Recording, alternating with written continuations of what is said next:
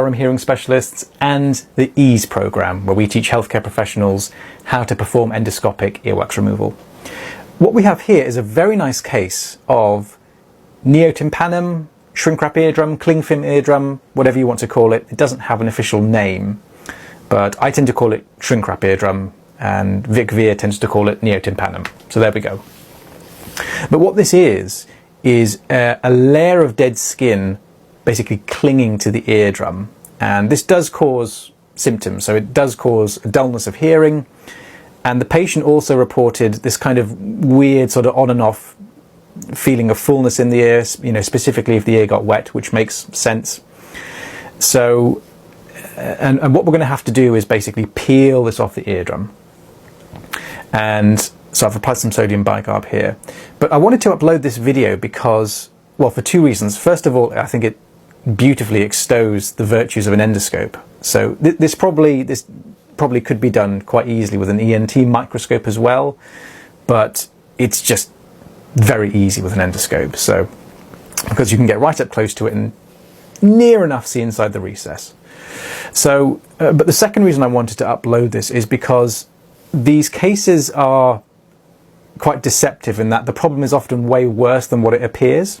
So right here, I think most of you at the start of the video could see what was wrong. There was like lots of kind of wavy dead skin loveliness in the bottom right or anterior, inferior part of the drum, which is fine.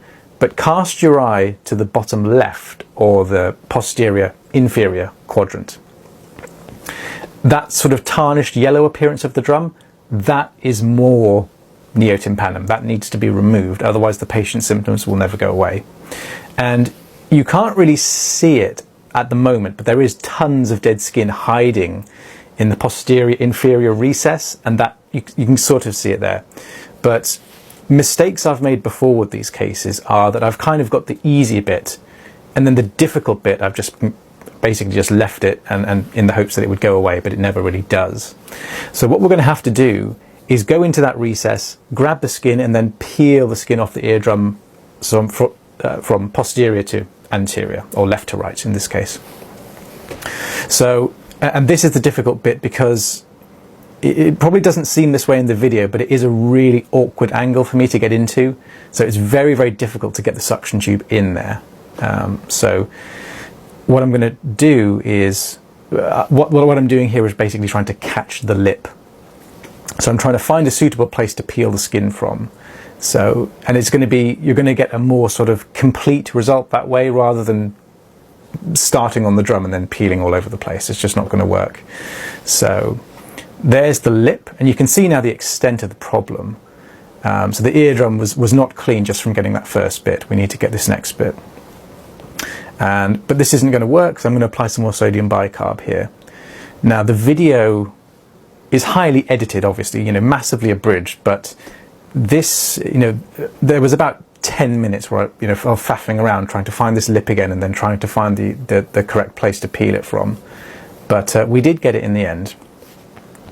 So that's, after much faffing, that's where it was. So I'm going to just peel from posterior to anterior, and then problem solved. Happy days. And if anybody's wondering, does this kind of show up on test results? Sort of. So it wouldn't show up on a normal tympanogram, for example, but I did do a wideband tympanogram before and after, and it did show up. So if you look at the absorbance of the middle ear system, there is definitely a difference before and after the result.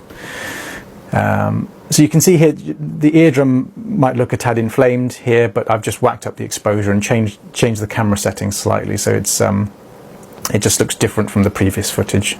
You can see the exposure is a bit higher here. So here we are, and this is now the kind of final peel where we'll kind of free the eardrum of this neotympanum, which has been plaguing the patient actually for a long time. A good 6 months they've had this, and there we have it. So there we go. So that's, you can kind of see that the eardrum now looks a little different, but not drastically different, and yet there was all that skin just kind of hiding in these recesses and then kind of stopping the eardrum from vibrating properly. So